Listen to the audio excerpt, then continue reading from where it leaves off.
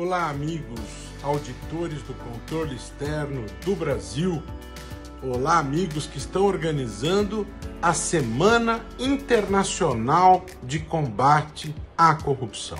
Nós que estamos todos juntos no Dezembro Transparente, essa iniciativa importante que pretende mudar a cultura de corrupção no Brasil. Vamos todos juntos dar as mãos e trabalhar pela consolidação de um país mais justo, mais íntegro e com mais integridade. Vamos todos juntos, estarei com vocês agora no dia 8 ao dia 11, na Semana Internacional de Combate à Corrupção, promovida pela NTC, pela Audi-TCU e pela ANPR. Cumprimentos por essa excelente iniciativa. Vamos todos juntos. Eu sou Roberto Liviano, procurador de Justiça e presidente do Instituto Não Aceito Corrupção.